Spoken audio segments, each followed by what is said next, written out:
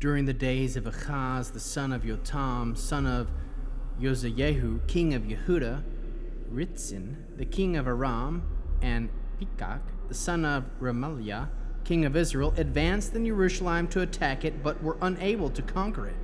It was told of the house of David that Aram and Ephraim had become allies. Ahaz's heart began to tremble, as did the hearts of his people, like forest trees shaken by the wind. Then Adonai said to Yeshayahu, "Go out now to meet Ahaz, you and your son Shar, Yeshuv, at the end of the aqueduct from the upper pool, on the road to the launderer's field, and say to him, take care to stay calm and unafraid.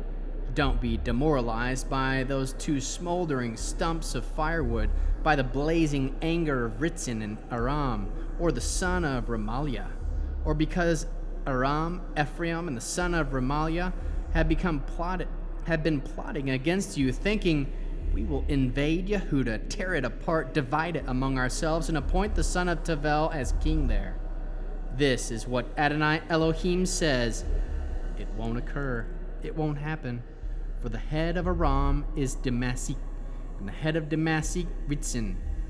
In 65 years, Ephraim will be broken and will cease to be a people. The head of Ephraim is Shamron, and the head of Shamron is the son of Remaliah. Without firm faith, you will not be firmly established." Adonai spoke again to Ahaz. He said, "Ask Adonai your God to give you a sign. Ask it anywhere, from the depths of Sheol to the heights above." But Ahaz answered, "I won't ask. I won't test Adonai." Then the prophet said, "Listen here, house of David. Is trying people's patience such a small thing for you that you must try the patience of my God as well? Therefore Adonai himself will give you people a sign. The young woman will become pregnant, bear a son, and his name, Emmanuel, God is with us. By the time he knows enough to refuse evil and choose good, he will have to eat curled milk and wild honey. Yes, before the child knows enough to refuse evil and choose good, the land whose two kings you dread will be left abandoned. Adonai will bring the king of Ashur on you, your people, and your father's house. These will be the days worse than any you've known since Ephraim broke loose from Yehuda. Yes, when that day comes, Adonai will whistle for the fly in the farthest streams of the Nile in Egypt, and for the bee in the land of Ashur. They will come and settle, all of them, in steep valleys and holes in the rocks, and on all the thorn bushes and brambles.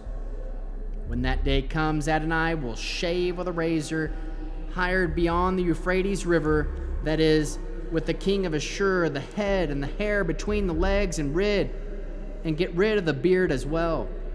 When that day comes, a man will raise a young cow and 2 sheep. They will produce in abundance. No, he will have to eat curdled milk. Indeed, everyone left in the land will eat curdled milk and wild honey. When that day comes, whenever there once were 1,000 grapevines worth 1,000 pieces of silver, there will only be briars and thorns. One will go there to hunt with bow and arrow, because all the land will be briars and thorns. You won't visit hills once worked with a hoe. For fear of the briars and thorns, it will be good only for pasturing cattle and being trampled down by sheep." Adonai said to me, "Take a large tablet and write on it in easily readable letters, Mahir, Shalal, Hash, Baz. The spoil hurries, the prey speeds along."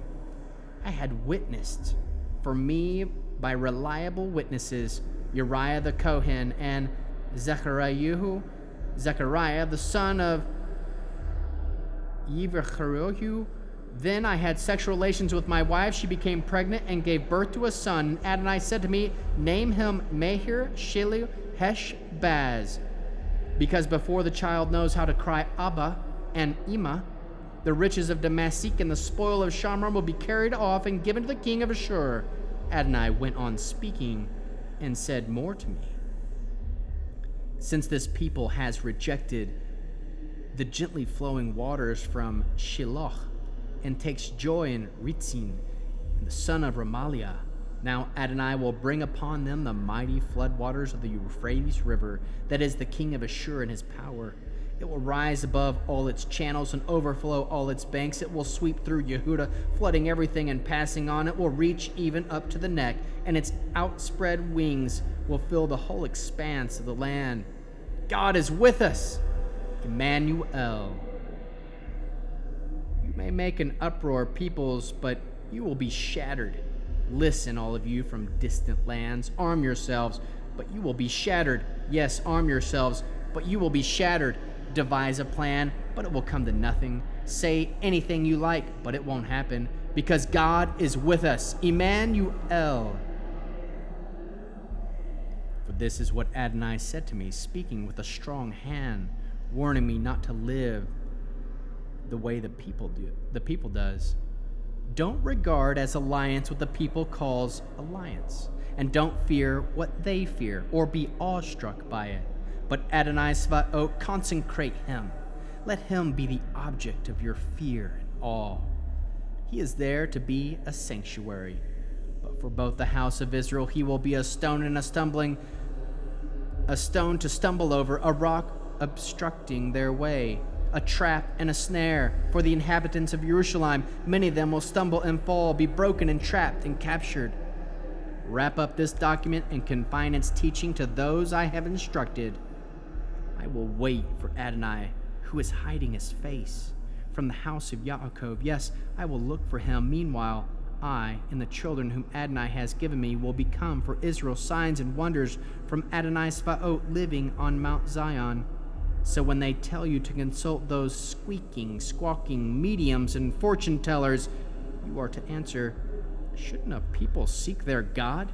Must the living ask the dead for teaching and instruction? For they will indeed give you the unenlightened suggestion.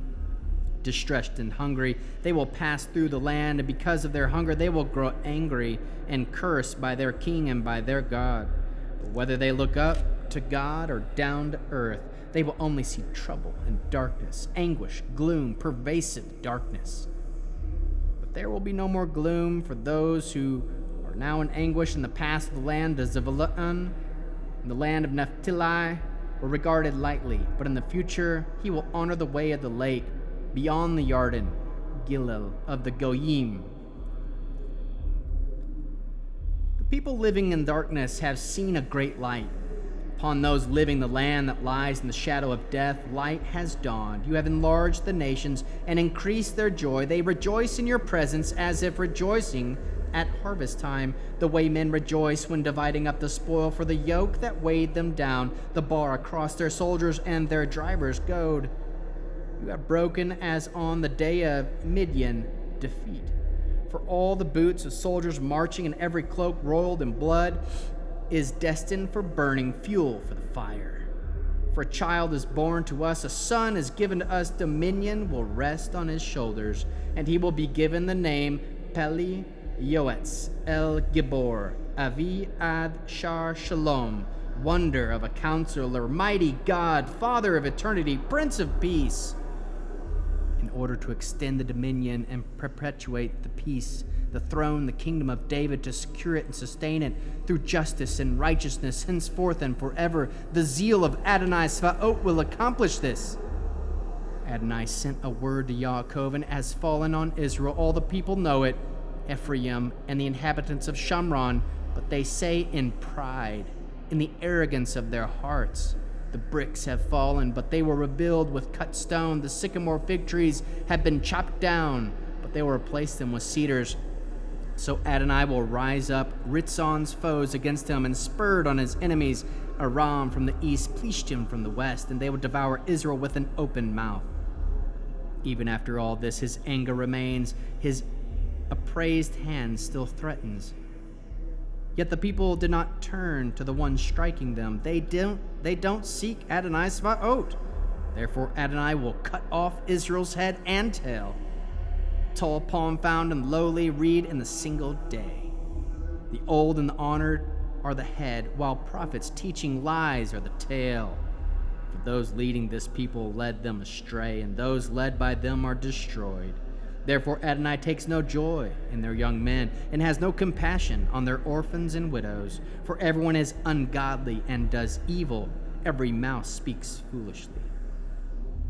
Even after all this, his anger remains. His upraised hand still threatens. For wickedness burns like fire and devours briars and thorns. It sets the forest underbush ablaze with clouds of smoke whirling upward. The anger of Adonai Svaot is burning up the land. The people too are fuel for the fire. No one spares, even his brother. The one on the right grabs but stays hungry. The one on the left eats but is unfilled. Everyone devours his own arm's flesh. Manasseh devours Ephraim, and Ephraim Manasseh, while together they oppress Yehudah. Even after all this, his anger remains. His upraised hand still threatens.